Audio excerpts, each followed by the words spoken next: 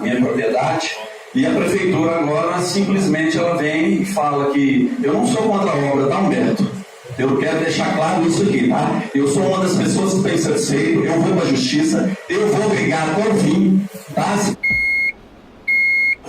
Eu não recebi aquilo ali de graça, tá? Aquilo ali não caiu de graça no meu colo, aquilo ali tem suor muito do meu trabalho, de anos. E a prefeitura simplesmente chega e toma quase um lote meu, 336 metros, e vai me dar 20 mil reais.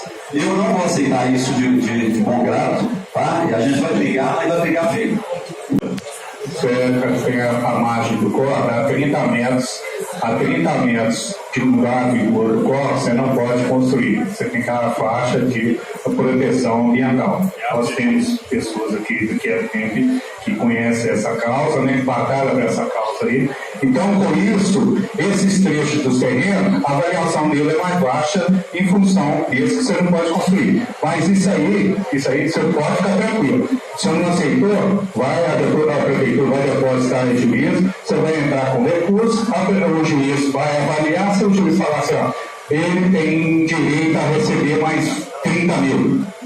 Estou supondo. 30 mil? Estou supondo. Vai receber 20 mil mais 30 mil reais. Isso o juiz vai definir e vai emitir a lição de imposto da prefeitura. Aí é com a justiça, nós não entramos nisso.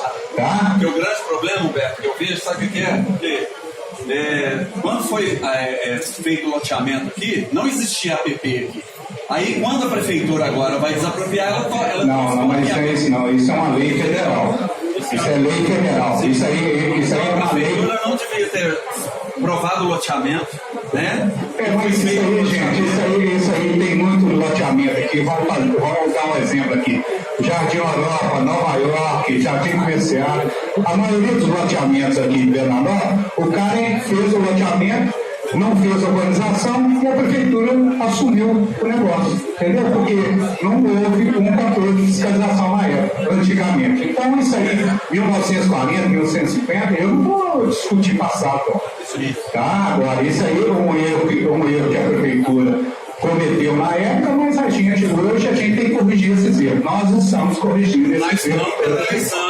Não, mas infelizmente isso é lei federal. Porque eu não posso pagar pela obra sozinho. Mas isso aí é uma lei federal. A prefeitura está me cobrando uma obra sozinho. Eu tenho que pagar a obra sozinho. Agora, aí tem que haver a avaliação do seu IPTU também.